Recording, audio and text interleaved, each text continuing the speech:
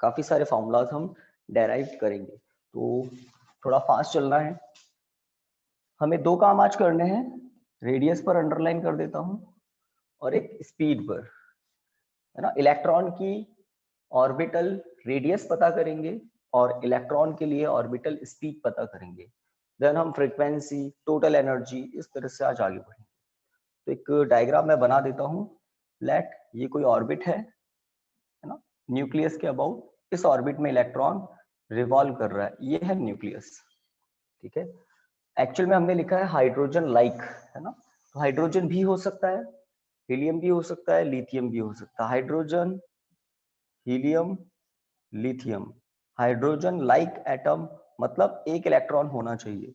तो hydrogen He+, Li+2, इन सब में एक इलेक्ट्रॉन है, सिंगल इलेक्ट्रॉन्स हैं। तो यहाँ पर हम लिख सकते हैं Ze, और इसकी रेडियस अगर r है, ऑर्बिटल रेडियस, और यह इलेक्ट्रॉन, इलेक्ट्रॉन रिवॉल्व कर रहा है ऑर्बिटल स्पीड v से। That's it. फटाफट डायग्राम हो जाए तो बताइए, जल्दी कीजिए, आज टॉपिक थोड़े से ज्यादा हैं। तो ये पूरा एक पैकेज होगा, चाहते हैं एक ही दिन में एक ही क्लास में हो जाए।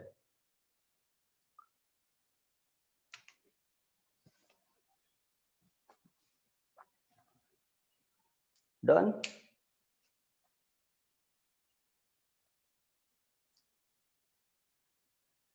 हो गया, है ना।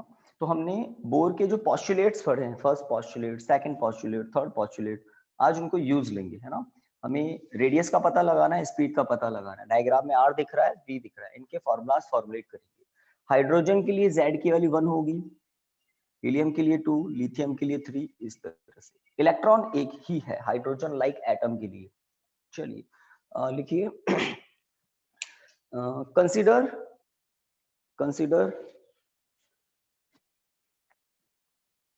An atom, consider an atom, bracket में लिख देना H like, hydrogen like. Consider an atom, bracket में H like, in which electron revolves, in which electron revolves in an orbit of radius r, in an orbit of radius r with orbital speed v, in an orbit of radius r with orbital speed v, full stop, full stop। Line change करके फटाफट लिखना है। तो हमें पता है universe में कहीं भी सर्कुलर मोशन होता है, ऑर्बिटिंग हो रही है, दैट मींस सर्कुलर मोशन हो रहा है। तो सर्कुलर मोशन के लिए नेसेसरी सेंट्रीपिटल फोर्स Fc मतलब mv²/r। नेसेसरी सेंट्रीपिटल फोर्स कहां से मिलता है, कौन प्रोवाइड करता है? तो न्यूक्लियस का अट्रैक्शन फोर्स। बोर ने अपने फर्स्ट पोस्टुलेट में ऐसा कुछ कहा था, तो याद करते हैं बोर को। लाइन चेंज करके लिखिए, according to Bohr's first postulate, according to Bohr's first postulate,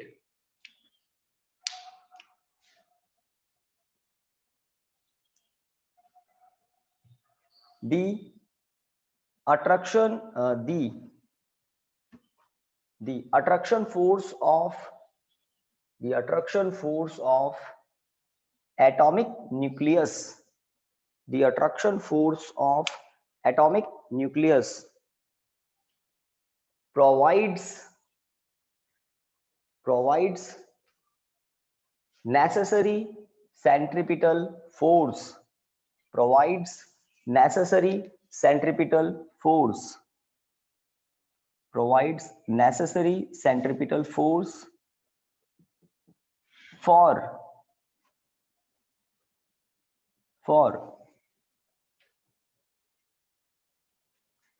circular motion to electron, for circular motion to electron।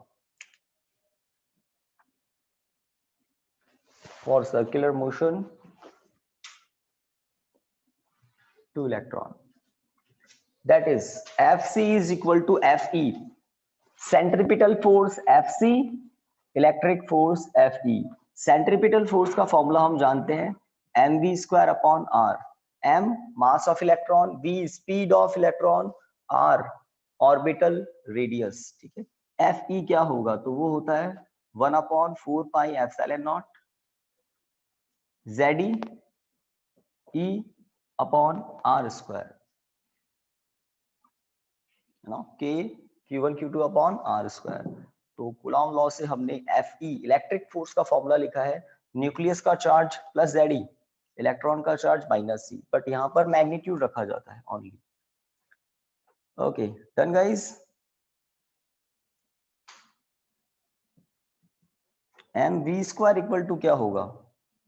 1/4 pi epsilon naught Ze square upon r. देखिए, ठीक बात.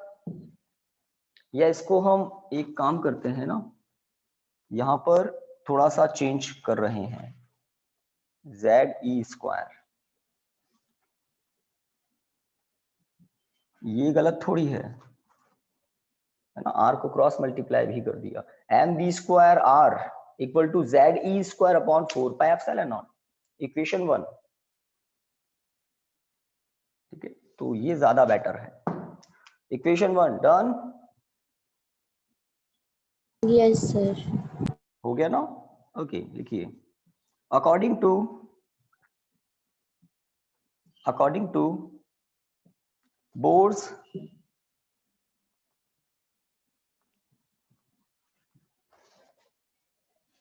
बताइए, according to Bohr's second postulate, बताइए क्या है? According to Bohr's second postulate. Second postulate क्या था, है ना? तो उसमें बात की थी MVR को आप कहते हैं एंगुलर मोमेंटम. तो लिखिए, according to Bohr's second postulate electron revolves only in those orbits. पूरा पोस्टुलेट याद करना पड़ेगा इसमें. Electron revolves only in those orbits in which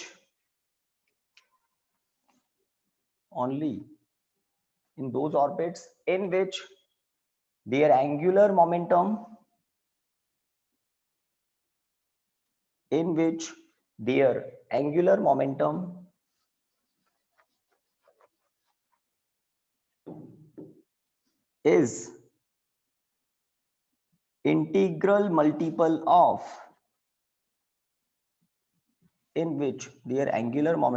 is integral multiple of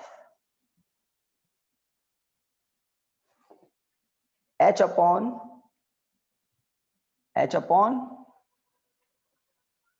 2 pi. h upon 2 pi.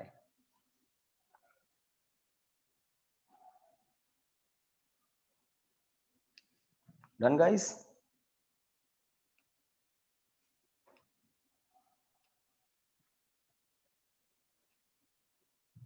MVR equal to that is करके लिख देना. तो statement के बाद formula angular momentum MVR h upon 2 pi का n टाइम्स, n एक integer है, 1 2 3 4, है ना, होल नंबर. चलिए, ये जो इक्वेशन दिख रहा है इसको अगर मैं स्क्वायर कर दूं तो क्या होगा? m square v square r square equal to n square h square upon 4 pi square. On squaring both side, equation 2. On squaring both side, फिर उसके बाद इक्वेशन 2.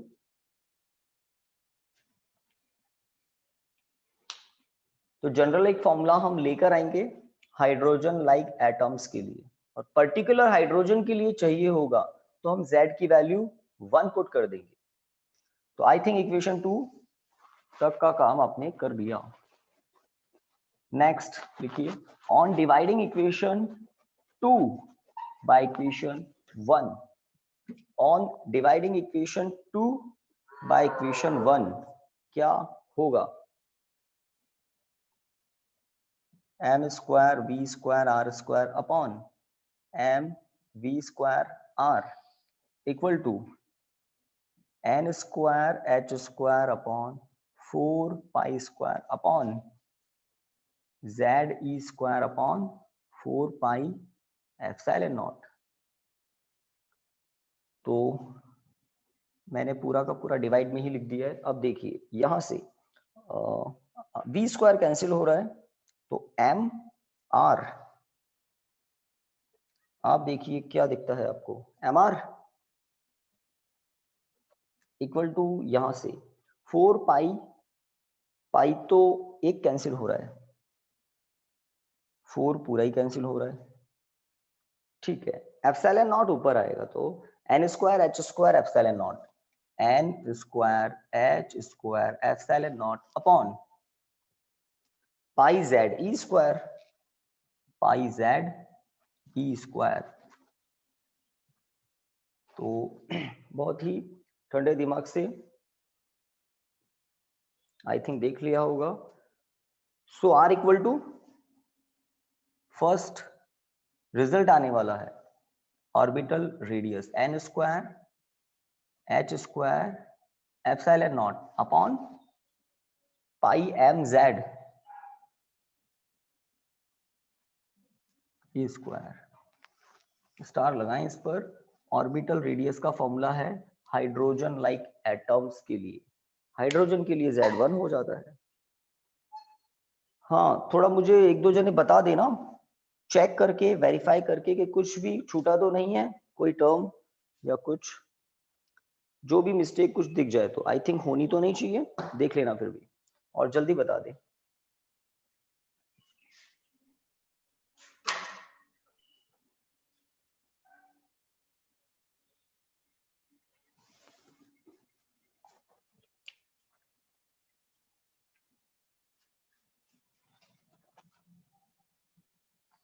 चेक किसी ने चेक किया हो तो बताएं, और एक दो नहीं ज्यादा लोग बताएं, सही है ना, क्योंकि आगे खूब यूज आएगा ये थर्ड। अगर गड़बड़ हुई तो आगे गड़बड़ हो जाएगी। सही है सर। ठीक है, और बताएं एक दो। सही है। एक कोई और बता दे। यस सर, करेक्ट है। चेक किया है मतलब, ठीक है। तो इक्वेशन 3 हमारा है ऑर्बिटल रेडियस के लिए। इसी में आपको बात बता दूं मैं कि अगर आप H एटम के लिए बात करते हैं, किसके लिए, H एटम के लिए, मतलब H एटम मतलब Z इक्वल टू 1, तो Z इक्वल टू 1 हम कर देंगे। तो हाइड्रोजन एटम के लिए इक्वेशन 3 के नीचे लिखिए फॉर H एटम, तो Z1 करना है, लिखिए for H atom Z equal to 1, so R equal to n square h square epsilon naught upon pi m e square, ठीक बात।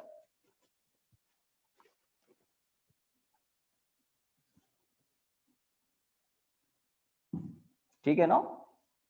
इस फॉर्मूले से हमें क्या पता लग रहा है, r is proportional to n square, r is proportional to n square. ये इंपॉर्टेंट बात पता चल रही है, ये इंपॉर्टेंट बात पता चल रही है इससे। ओके, एक और बात, अगर हम हाइड्रोजन एटम के फर्स्ट ऑर्बिट की रेडियस की बात करें, है ना, r1, तो हाइड्रोजन एटम के फर्स्ट ऑर्बिट की रेडियस के लिए क्या हो जाएगा, h square epsilon naught pi m e square, है ना, for first orbit n equal to 1, for first orbit n equal to 1,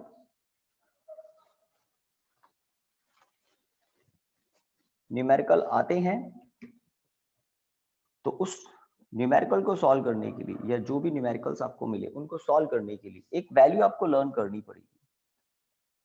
यहां पर आप देख रहे हैं ध्यान से, कोई भी वेरिएबल नहीं है, बिल्कुल कांस्टेंट है सब कुछ। H constant, epsilon naught, pi, mass of electron, charge on electron, सब कुछ कांस्टेंट है। उन सभी कांस्टेंट की वैल्यूज जब हम पुट करते हैं तो आंसर आता है 0.53 एंगस्ट्रॉम। लर्न करनी होगी वैल्यू, है ना। कभी फ्री टाइम मिले तो चेक कर सकते हैं, सारे कांस्टेंट की वैल्यू करेक्ट पुट करें, सॉल्व करें, है ना। 0.53 इंटू 10⁻⁻10 मीटर आएगी। तो हाइड्रोजन एटम के फर्स्ट ऑर्बिट की रेडियस ये आपके सामने है।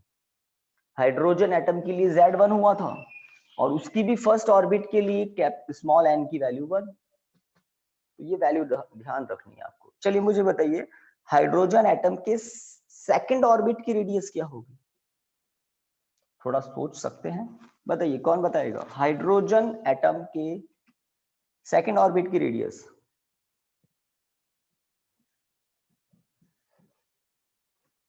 बताइए।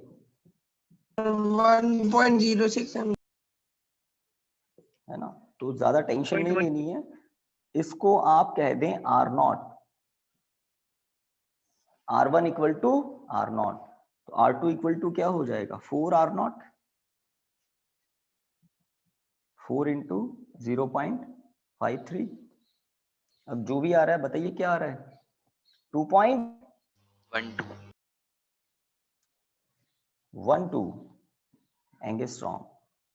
इसी तरह से अगर थर्ड की चाहिए तो R3 इक्वल टू 9R0, है ना। तो 3 तक तो लिखना ही है for third orbit, n equal to 3।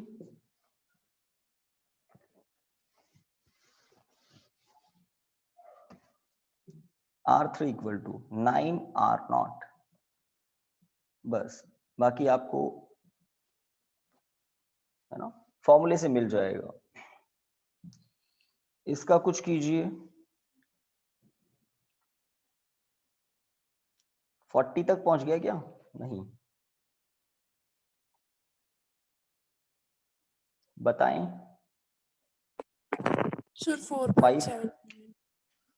4.71 क्या कह रहे हैं?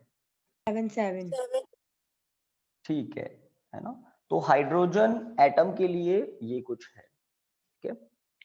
तो सबसे अच्छी बात क्या ध्यान रखनी है, ये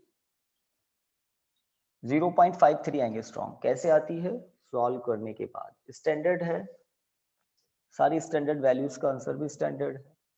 ओके, तो इक्वेशन 3 के बाद आपने स्पेशल कंडीशन अप्लाई कर दी। ये इक्वेशन 3 क्या है? हाइड्रोजन लाइक एटम्स के लिए, ध्यान रखें, हाइड्रोजन लाइक एटम्स के लिए Z की वैल्यू 1 तो हाइड्रोजन, Z की वैल्यू 2 तो हीलियम, Z की वैल्यू 3 लिथियम, इस तरह से। ओके, और फिर हमने फर्स्ट ऑर्बिट के लिए कंडीशन अप्लाई कर दी, देन सेकंड, देन थर्ड। तो ओनली हाइड्रोजन एटम की है, ये ध्यान रखना, हाइड्रोजन हाइड्रोजन। नेक्स्ट, इसके बाद आगे बढ़ते हैं। तो हमें स्पीड भी पता करनी है, 50% काम तो हो गया। अब स्पीड पता करने के लिए मुझे इक्वेशन 1 और 2 में किसी में वैल्यू पुट करनी पड़ेगी 3 से। तो बताइए कौन सा सूटेबल है?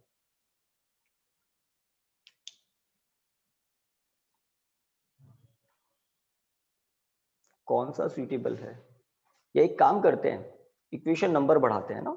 आपने बोर का जो पॉस्टुलेट लिखा था ना, mvr equal to nh upon 2 pi, और इसके नीचे स्क्वायर कर दिया था, m square b square r square equal to n square h square upon 4 pi square. इसको आपने इक्वेशन 2 पुट किया था। हम इक्वेशन नंबर बढ़ा रहे हैं गाइस। इक्वेशन 2 ये रहा, इक्वेशन 3 ये रहा, और ये इक्वेशन 4। ऐसा जरूर करें, एक छोटा सा चेंज हम कर रहे हैं, इक्वेशन 2, इक्वेशन 3, इक्वेशन 4, ठीक है। तो जिसको इक्वेशन नहीं दिया था उसको इक्वेशन 2 कर देना, और 2 को 3, 3 को 4। तो इस पर ध्यान दें आप, इक्वेशन 2 पर। और जो लैंग्वेज लिखी है ना, ऑन डिवाइडिंग इक्वेशन 2 बाय 1, तो 2 नहीं है, अब वो 3 है। On dividing equation 3 by equation 1। समझ गए? ऐसा क्यों करना पड़ रहा है?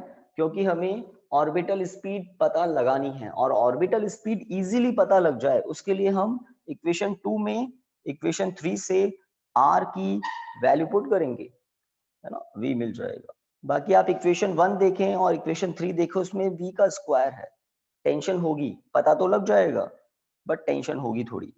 चलिए तो आगे बढ़ते हैं, लिखिए बाय यूजिंग इक्वेशन 4 बोल रहा हूं, है ना, by using equation 4 in equation 2, by using equation 4 in equation 2 we get, तो देखते हैं क्या मिलता है।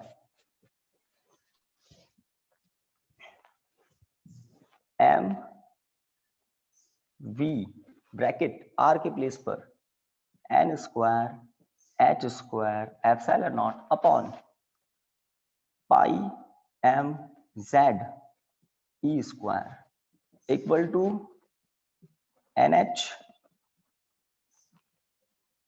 Upon 2 pi. हाँ भाई, इक्वेशन 2 में r के प्लेस पर वैल्यू सही पुट कर दी मैंने, चेक करते रहना, अब सॉल्व करना है।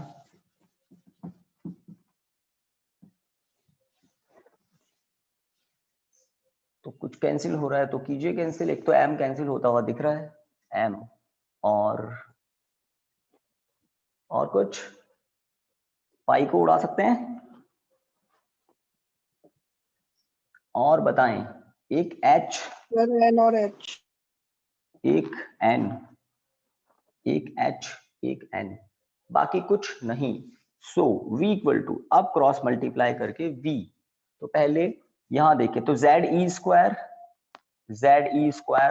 यहां कुछ था ही नहीं, डिनोमिनेटर में 2 n h एप्सिलॉन नॉट, कुछ चेक कर लो, ऐसा Yes, कुछ sir. एक्सप्रेशन दिख रहा है मुझे, और ये भी बॉक्स में लगा फिट करके स्टार अप्लाई कर देगा। ऑर्बिटल स्पीड तो हाइड्रोजन लाइक एटम्स के लिए, और पर्टिकुलर हाइड्रोजन की बात करेंगे तो हमें पता है z की वैल्यू 1 पुट कर देंगे।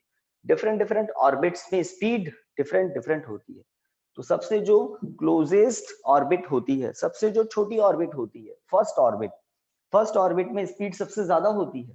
तो दिख रहा है ये रिलेशन हमें बहुत इंपॉर्टेंट बात बता रहे हैं, और क्वेश्चन बनकर आते हैं, स्मॉल क्वेश्चंस, छोटे क्वेश्चन 1 मार्क के क्वेश्चन बनकर आते हैं, है ना। ऑर्बिट, फर्स्ट ऑर्बिट में स्पीड सबसे ज्यादा होगी, सेकंड में फिर कम, थर्ड में और कम, तो n के प्रोपोर्शनल है। n क्या होता है ना, प्रिंसिपल क्वांटम नंबर कहते हैं स्मॉल n को, ऑर्बिट नंबर भी कह सकते हैं आप। तो n की वैल्यू ज्यादा होगी, ऑर्बिट जितना दूर होगा स्पीड उतनी कम होती जाएगी। आपने हमारे सोलर सिस्टम में भी देखा होगा, जो प्लैनेट्स सन से जितना दूर है उसका ईयर उतना ही बड़ा है।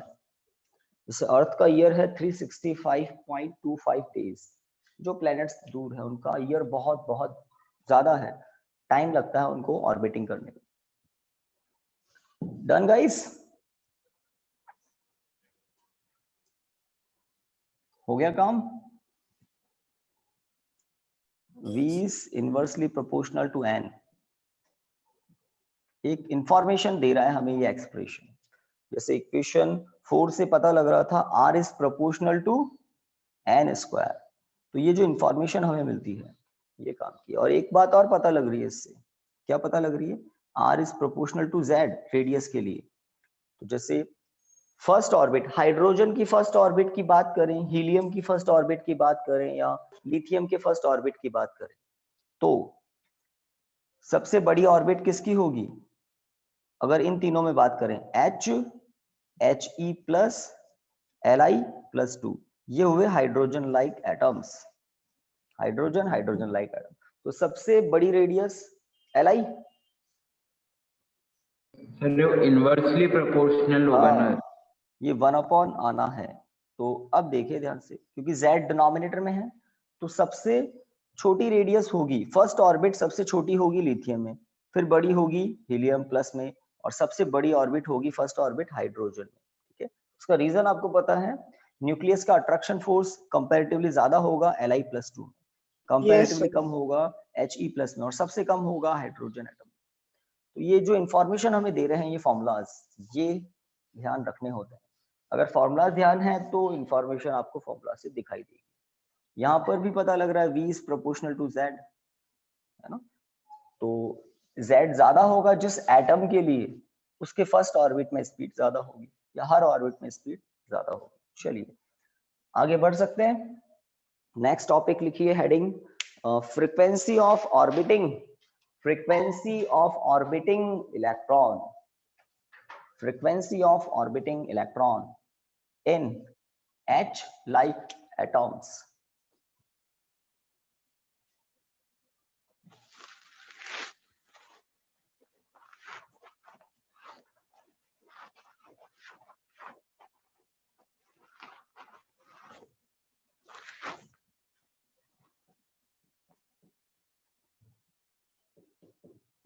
Frequency of orbiting electron in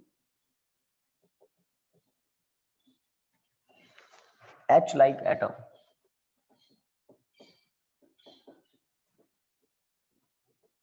Atoms, ठीक है। इसमें लिखिए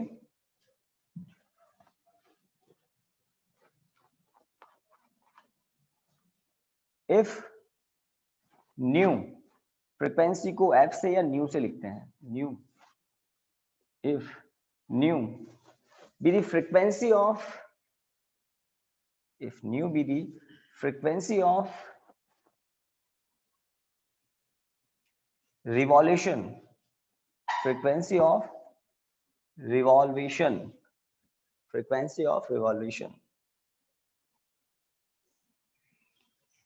of orbiting electron, of orbiting electron, then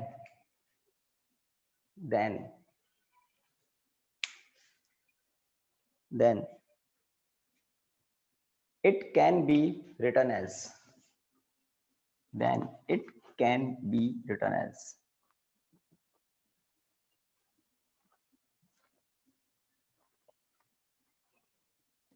हाँ भाई, ये तो आप 11th से जानते हैं कि फ्रीक्वेंसी जो होती है वो टाइम पीरियड का रेसिप्रोकल होती है, ट्रू।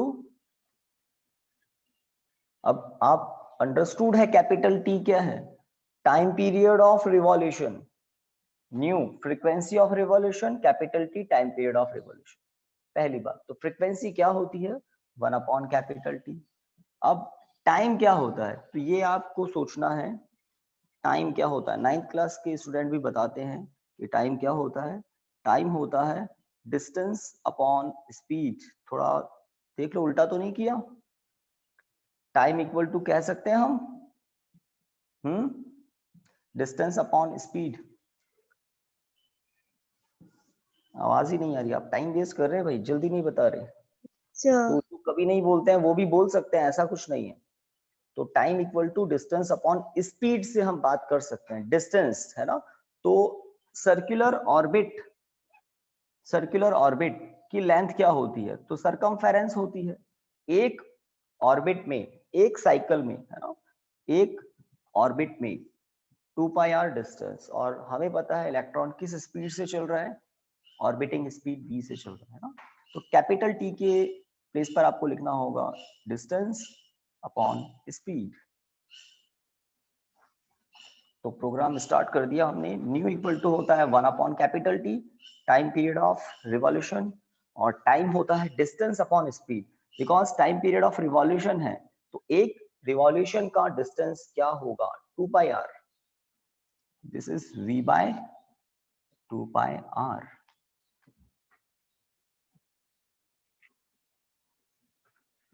वैल्यू पुट करें, न्यू इक्वल टू v की वैल्यू क्या थी, कोई बताएं। Z(E²) upon 2E0/H। बताइए, ट्रू 2 नहीं था या 2 ऊपर था? सर 2 था। 2NH upon F. 2 NH upon epsilon naught. Sir no सही है। सर, ओके, इतनी देर में तो फिर पता लगा लेते हम। Sir ZE square upon 2NH epsilon naught. तो सही लिखा था इसका मतलब, है ना? आप Yes, देख लीजिए, v का रिजल्ट है ना, ZE square upon 2NH epsilon not. ये ठीक लग रहा है, ठीक है। तो बिकॉज न्यू पता करना है ना, तो न्यू इक्वल टू थोड़ा सा अच्छे से लिखना पड़ेगा। ये तो v की वैल्यू है, तो देख लेना, न्यू इक्वल टू v की वैल्यू पुट कर दी 2 पाई एज इट इज। अब इस पूरे ब्रैकेट में r की वैल्यू आएगी 2 पाई एज इट इज। अब r क्या है? तो r है n square h square epsilon naught upon pi m z e square. तो v के r के रिजल्ट याद हो जाए तो बहुत अच्छा है। z e square upon 2n h epsilon not. ये था आपका इक्वेशन जो भी है। ओके, वैल्यू पुट कर दी, लेफ्ट राइट में ये सिंस करके लिखेंगे। अगर आपको ओनली ऑर्बिटिंग फ्रीक्वेंसी पता करनी है तो आपको ये फॉर्मूलाज मेंशन करने होंगे, बिकॉज ऐसा करके वी आर वैल्यू पुट कर दी हम, तो इस पर्टिकुलर टॉपिक में भी आपको ये मेंशन करने पड़ेंगे, तो याद होने चाहिए। और कुछ बच्चे याद नहीं करते तो कोई दिक्कत नहीं है, उनको फटाफट डेरिवेशन आना चाहिए। रफ में कोई टाइम नहीं लगता इन तक पहुंचने में, विद इन 1 मिनट आप पहुंच सकते हैं। ओके, सॉल्व करके फ्रीक्वेंसी की बात एंड करते हैं। तो कुछ कैंसिल हो रहा है तो कैंसिल कीजिए। सर सिर्फ 4 पाए हो रहा है। नहीं, बाकी प्रोडक्ट हो रहे होंगे ना, Yes, और sir. m a की जगह Yes, sir. तो m z square e to the power 4। थोड़ा सा है ना, न्यूमरेटर को देखें ओनली, सारा सब कुछ एक साथ नहीं, only numerator m z square e to the power 4, true. अब डिनोमिनेटर की बात करते हैं, 2 इंटू 2 4, यस, n क्यूब आ रहा है क्या? n cube h cube epsilon naught square,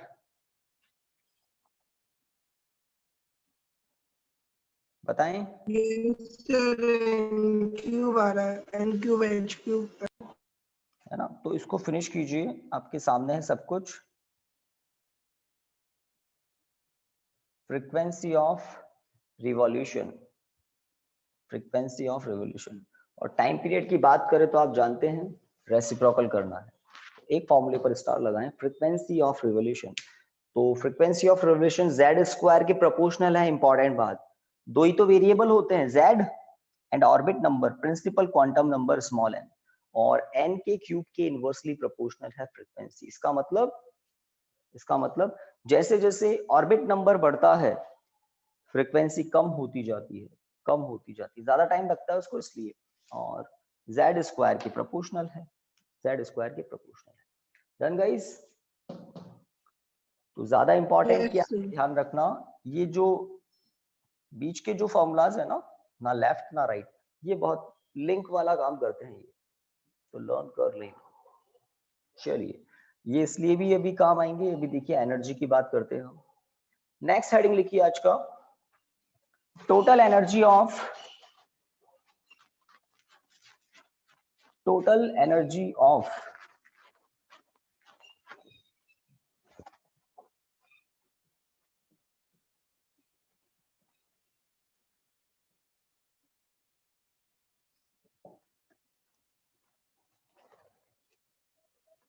orbiting electron in H-like atoms. Total energy of orbiting electron in H-like atoms.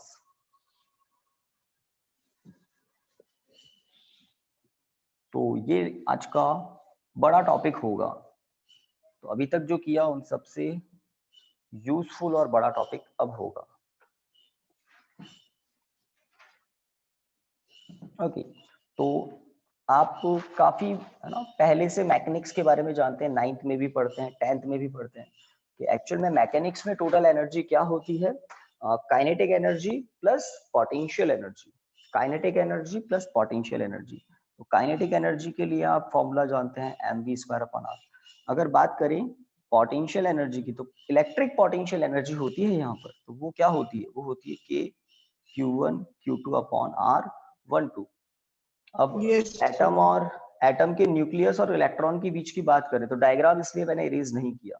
तो अगर इस कंडीशन में इस इलेक्ट्रॉन की इलेक्ट्रिक पोटेंशियल एनर्जी लिखनी हो तो k की वैल्यू आप एक्सपेंडेड फॉर्म ही लिखें, प्लस Ze प्लस माइनस ई। जब भी आप इलेक्ट्रिक पोटेंशियल एनर्जी का फॉर्मूला लिखें तो चार्जेस को ऑलवेज चार्जेस को विद साइन पुट करते हैं। और यार तो ये फॉर्मूला सही है क्या? इस डायग्राम में इलेक्ट्रॉन की इलेक्ट्रिक पोटेंशियल एनर्जी, सही बात। Yes, sir.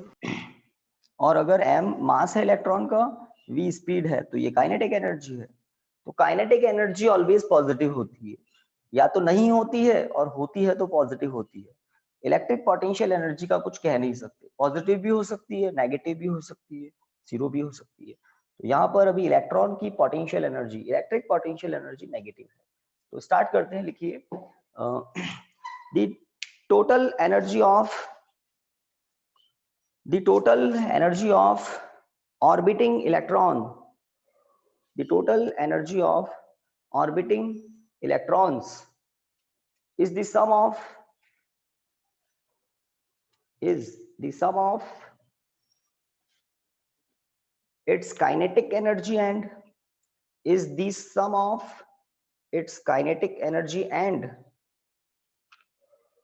its electric potential energy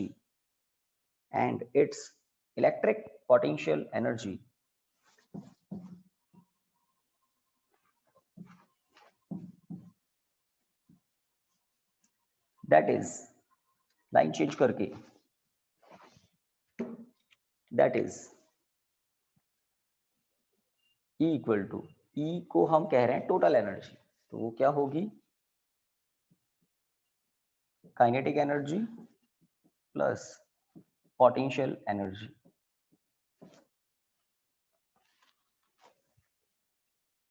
okay, E equal to kinetic energy का फॉर्मूला हम लिखेंगे हाफ m v²।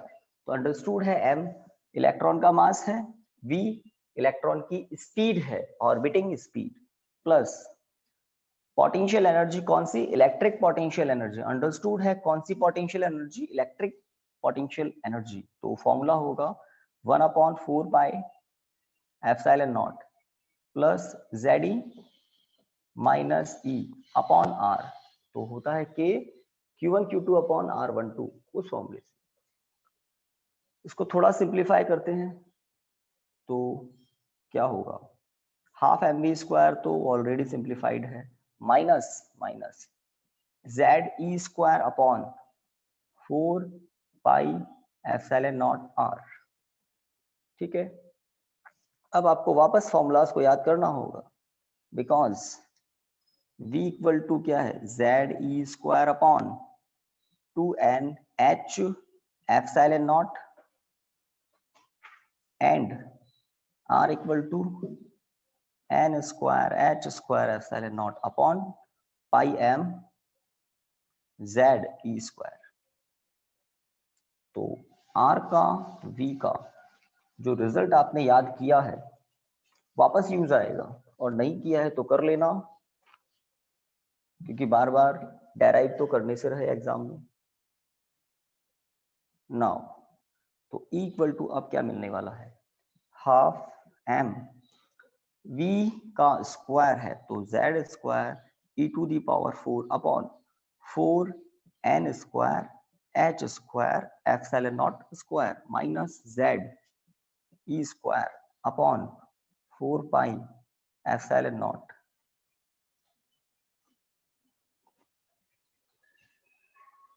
v की वैल्यू पुट कर दी हमने, v का स्क्वायर था तो सब कुछ है ना स्क्वायर हो चुका है। r की वैल्यू, r पर स्क्वायर नहीं है ना, एज इट इज आएगा, तो n² h² epsilon naught upon pi m Z e⁴ next step, अब है ना, कॉम्पैक्ट हो जाएगा मामला, अब छोटे हो जाएंगे स्टेप्स। कौन रह गया अभी तक पीछे? अटेंडेंस हो गया? ओके भाई, वीडियो सबका सही चल रहा है, एक्सप्रेशन वगैरह? ओके इसका मतलब कुछ बच्चे रिकॉर्डिंग पर ही डिपेंडेंट है।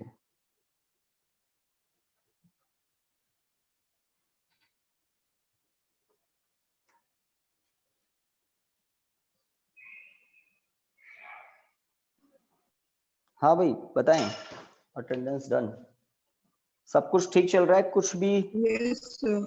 है ना? इसलिए कह रहा हूँ वीडियो ठीक है ना, क्योंकि आपको बड़ा वॉच करना है।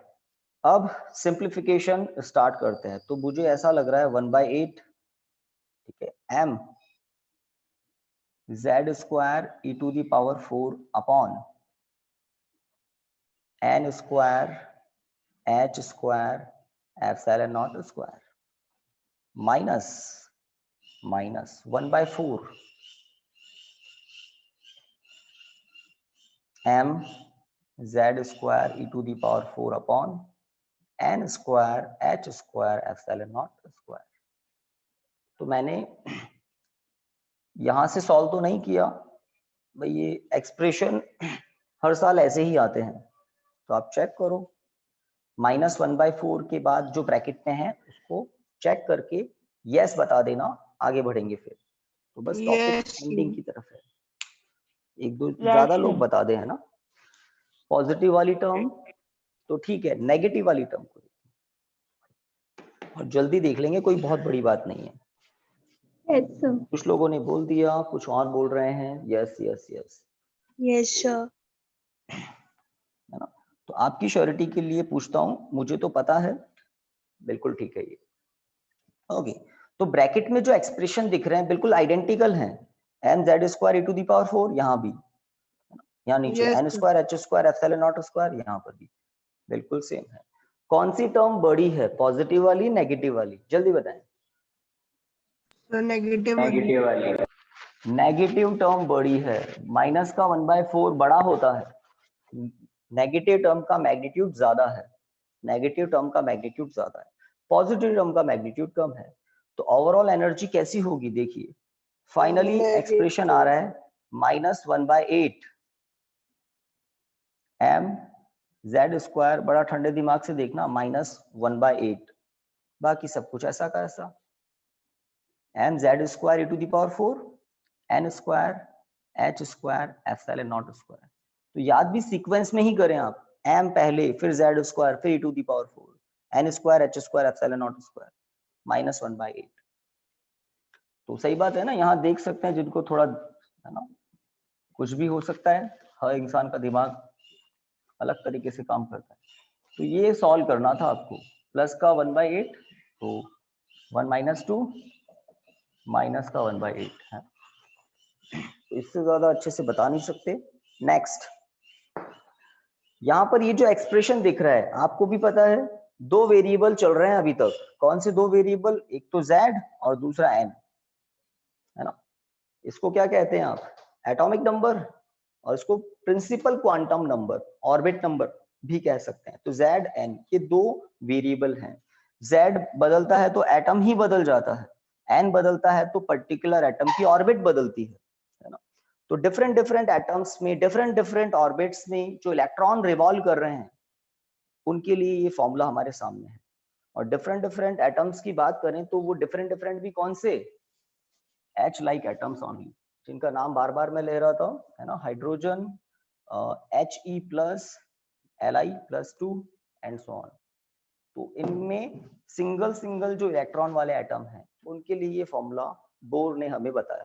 ओके अगर हम हाइड्रोजन एटम पर आ जाते हैं तो ये तो एक्सप्रेशन आपके सामने है, लिखिए for H atom, for H atom, इसी फॉर्मूला के नीचे। तो जो लर्न करना है वो लर्न करना है। जैसे क्या लर्न करना था, स्टार्ट में आपको बताया था 0.53 एंगस्ट्रॉम लर्न करना है, V और R के फॉर्मूलाज लर्न हो जाए तो अच्छी बात है। अब एक एनर्जी की वैल्यू और लर्न करनी पड़ेगी जो कि स्टैंडर्ड है। तो क्या लिख रहे हैं आप? For H atom, for H atom E equal to what? -1/8 m e to the power 4 upon n square h square epsilon naught square। ठीक बात? z equal to 1 है ना। यहाँ पर एक ही वेरिएबल बचा है, वो है n स्क्वायर। n वेरिएबल है तो n स्क्वायर वेरिएबल है। अगर आप बाकी जो कांस्टेंट्स हैं उनकी वैल्यू पुट कर दें, m मास है, e चार्ज है, एप्सिलॉन नॉट कैपिटल है, स्मॉल h प्लैंक कांस्टेंट 8 तो 8 ही है। तो जब सारी वैल्यूज आप पुट कर देते हैं तो आपको आंसर मिलता है जूल में। सही बात? तो पहला आंसर किस में आएगा? In joule. E का ये फॉर्मूला जो है ये आंसर देगा जूल में। अब मुझे बताओ, आपके पास अगर आंसर x जूल है, एनर्जी है x जूल, इलेक्ट्रॉन वोल्ट में कैसे कन्वर्ट करते हैं? एनर्जी की एक और यूनिट होती है इलेक्ट्रॉन वोल्ट। अगर एनर्जी कहीं बहुत कम है तो फिर इलेक्ट्रॉन वोल्ट में मेजर किया जाता है, बहुत लो एनर्जी को। जूल तो बहुत बड़ा अमाउंट होता है एनर्जी का। तो सेम एनर्जी को आप इलेक्ट्रॉन वोल्ट में कैसे कन्वर्ट करेंगे? एक्स जूल को इलेक्ट्रॉन वोल्ट में कैसे कन्वर्ट करेंगे? तो ई के वैल्यू से डिवाइड करके। कभी भी आपको जूल को इलेक्ट्रॉन वोल्ट में कन्वर्ट करना हो तो ऐसे करते हैं। कॉपी के टॉप पर मेंशन कर सकते हैं, हमने ड्यूल नेचर ऑफ मैटर पढ़ा था तब ये यूज आया था, है ना। Electron volt joule conversion use आते हैं। इलेक्ट्रॉन वोल्ट को जूल में कन्वर्ट करना हो तो ई से प्रोडक्ट करते हैं। अब ई क्या होता है सब जानते हैं, 1.6 10 to the power -19 magnitude of electron, magnitude of charge of electron. तो गाइस ये जो एक्सप्रेशन है इससे आंसर मिलेगा जूल में। बट कभी कभी इलेक्ट्रॉन वोल्ट ज्यादा काम में आता है जहां लो एनर्जी होती है, तो इलेक्ट्रॉन जो रिवॉल्व करता है उसकी नेगेटिव एनर्जी जो होती है वो बहुत लो होती है, इलेक्ट्रॉन वोल्ट ऑर्डर की ही होती है। तो देखिए -1/8 m e to the power पर देखिए क्या किया मैंने, e टू दी पावर पर दिखा कुछ? और किसी को दिक्कत हो ना तो एक स्टेप बढ़ा सकता है, e टू दी पावर 4 करके यहाँ इंटू 1/e कर दें। अब ये जो एक्सप्रेशन है इसके बाहर क्या लिखेंगे? Electron volt. तो e टू दी पावर 4 ही किया है मैंने। कुछ बच्चे फिर रिवीजन करेंगे तो उनको पता ही नहीं लगेगा कि ये क्या हुआ। इंटू 1/e कर दिया एक्सप्रेशन को, तो अब एनर्जी हो गई इलेक्ट्रॉन वोल्ट में। ओके, तो हाइड्रोजन एटम के लिए एक फॉर्मूला आ गया है, E equal to -13.6/n² electron volt. तो जो बिग ब्रैकेट के अंदर सब कुछ है उसको सॉल्व कर दें, one and only variable n, तो 13.6, ये 13.6 है या 13.9 है? अब चेक करना पड़ेगा। सर 6 ही होता है। 13.6, ठीक है चेक कर लेना। 13.6 ज्यादा ऐसा लग रहा है, होना चाहिए। बाकी तो कैलकुलेशन करनी पड़ेगी और बड़ी भारी कैलकुलेशन है, आप देख सकते हैं। Mass of electron, charge, powers 4 2 2 and 2।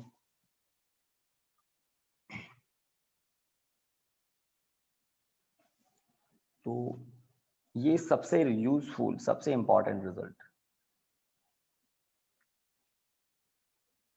Time देख लेते हैं क्या हो गया। तो गाइस आज हमने 4 रिजल्ट्स डेराइव कर लिए, orbital radius, orbital speed, then frequency, बीच बीच में कुछ फॉर्मूलाज और वैल्यूज जो आपको लर्न करनी है ना, और ये आ गया एनर्जी का एक रिजल्ट। एनर्जी के दोनों रिजल्ट ध्यान रखते हैं, ये रिजल्ट भी और ये रिजल्ट भी। तो ये रिजल्ट भी यूजफुल है, बहुत यूजफुल है, और ये न्यूमेरिकल के लिए बहुत काम का है। हाइड्रोजन एटम के लिए देख लेना ध्यान से, फॉर H एटम। और यहाँ पर अगर Z पुट कर दें, कहाँ पर? ऊपर जैसे Z पुट कर दे तो ये हाइड्रोजन लाइक एटम के लिए हो जाता है, और Z की वैल्यू 1, तो पर्टिकुलर हाइड्रोजन एटम के लिए 2 ही वेरिएबल होते हैं, Z N। तो आज की क्लास को यहाँ स्टॉप करते हैं, कल में भी चैप्टर की एंडिंग होगी, कल या परसों में। Thank you students, good day, thank you. Thank you sir. Yes